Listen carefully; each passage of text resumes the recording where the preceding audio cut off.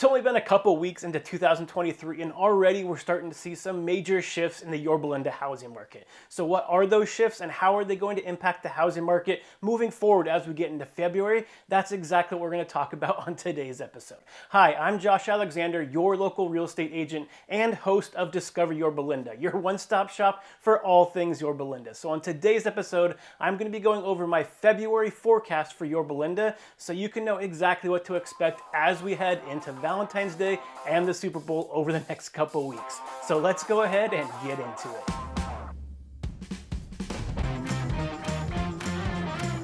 Okay, so if you've watched my monthly forecast for the Yorba housing market in the past, you've probably seen they're 15, 20 minutes, 25 minutes sometimes. This year, I'm going to try to condense all the information, leave some of the data out. If you want that data, you can always DM me and I'd be happy to go over it with you, but I want to make it a little bit more short and concise. So let's go ahead and get into what to expect in the February housing market in Yorba.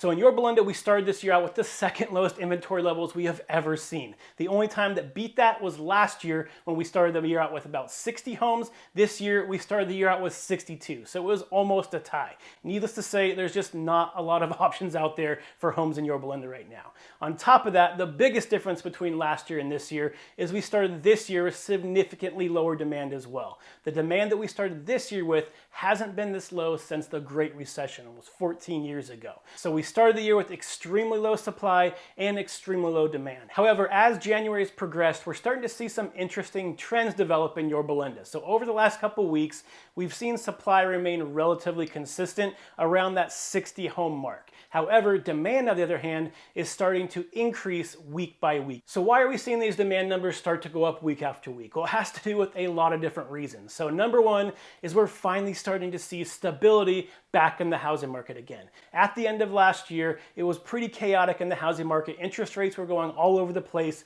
There was really no predictability on what was going to happen. When buyers entered the market, they may be able to afford a home one week, and then the next week they couldn't. And some of them just gave up because they didn't want to deal with all that uncertainty. However, this year, we're finally starting to see things calm down, and we are also seeing interest rates go down week after week as we enter 2023. And as interest rates go down, affordability is also going back up. And on top of that, we have seen depreciation over the last 6 months in the Yorba housing market as well. So we're starting to see home affordability go up because of that as well. So with homes less expensive and interest rates going down, demand has slowly been rising every single week. And when you look at the Yorba supply and demand numbers specifically compared to the rest of Orange County, we're actually seeing the market stabilize a little bit quicker in Yorba than the rest of Orange County. There's a couple of reasons for this. So number one, over the last couple months of the 2022 housing market, Orange County saw some significant decline in demand. However, Yorba's demand remained relatively flat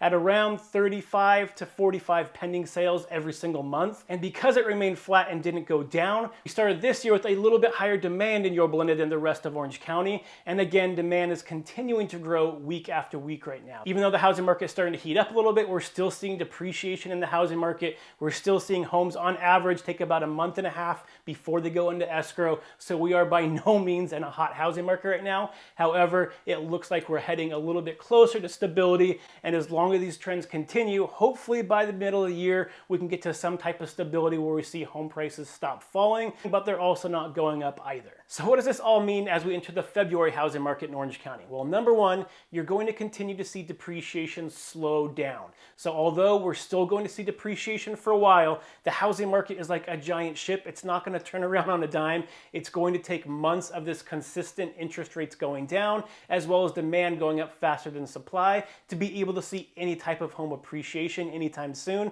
which again, I'm really not expecting anything like that to happen till at least the summertime if we continue the current trends. Number two, traditionally in the month of February, especially after the Super Bowl for some reason, you start to see more and more sellers start placing their house on the market as we get closer and closer to the beginning of the spring market. So if you've been looking for a home and you can't find anything right now, you will start seeing more hit the market as we enter mid-February. So the third thing you can expect, as long as these current trends continue with inflation going down is interest rates following that. So although you're probably not going to see the major drops that we've seen over the last couple months in the housing market, you can expect interest rates to continue their slow march down as we head through February. As long as inflation data keeps coming out positive, we will see those numbers come down. Now, I'm expecting hopefully by the end of February, as these trends continue, that we might see rates back into the very high fives again. However, don't expect these giant 0.5% interest rates drop like we saw at the end of last year when we first started seeing inflation turning around.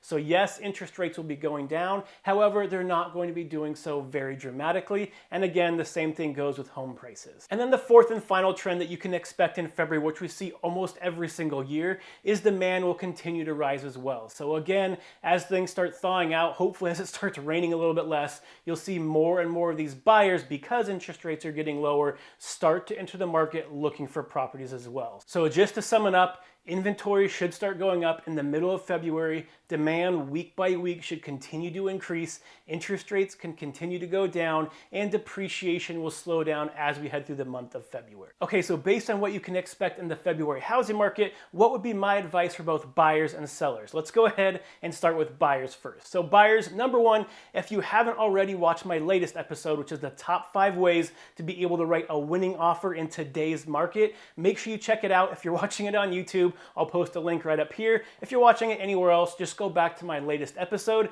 and you can check that out before going on, because that's going to give you all the tools you need to make sure you can write a winning offer in today's environment. Number two, buyers, the longer you wait through February, the more competition you're going to have. Like I said, right now demand is going up faster than supply, and although supply and demand will both go up in February, it still looks like demand is going to slightly go up higher than supply, which means if you can purchase a home right now, you're going to have a little bit more negotiating power than you will at the end of the month. However, it's not going to be a giant amount, and in a lot of cases, it might not even be noticeable. So really the best thing for you to do is that if you aren't already pre-approved, just make sure you go through that pre-approval as soon as you can. So if you are able to find that perfect home in this extremely limited environment as we head into February in the beginning, you're just going to have a little bit more negotiating power and be able to get into that home for a better deal. Okay, so now let's go ahead and say that you already have that pre-approval from a lender, and now you're just trying to figure out the timing. Should I buy in February? Should I wait till April? Should I wait till the end of summer? I just don't know what's going to be best for me. The easiest way to determine this is just to ask yourself 4 basic questions. So number one, am I able to afford the monthly mortgage payments in the neighborhood that I want to live in? Number two, is it going to improve the quality of you and your family's life? Number 3, are you planning on living in that property for at least 5 years? And then number 4, do you currently have a stable job?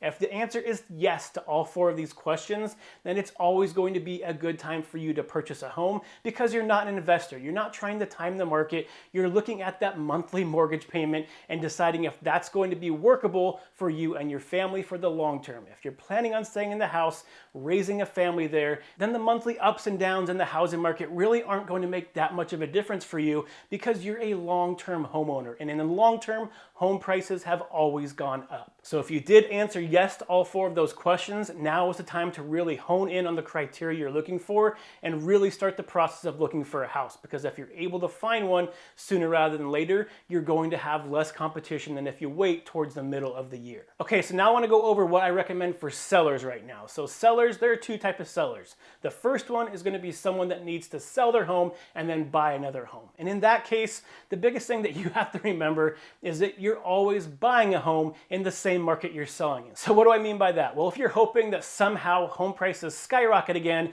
which again, the data shows nothing like that happening anytime soon, then you also have to remember that if your home's value goes up, so does the house that you're trying to purchase. So really the biggest thing for you is going back to those 4 questions as well to figure out if it's going to be a good idea for you to move or not. Because again, for a normal seller, you're not trying to time the market, you're trying to figure out if moving to a new place is going to make financial sense or not. Now let's say you're the second type of seller, the seller that doesn't need to buy another home after they sell their property. Then my advice for you is that you want to get your house on the market as soon as you can. Right now, every single week, home values are continuing to go down. So if you wait too long, you're just losing money at this point. And you also have to understand that as we enter March and April, where you start seeing a lot more homes hit the market, it just means more competition for you. So at the end of February is really going to be the best time for sellers to be able to get their house on the market, have the least amount of competition, and demand by then should continue to rise, giving you more buyers to choose from. Now, the one last thing I want to talk to sellers about is that if you're one of those sellers that is waiting to be able to sell your house until the kids get out of school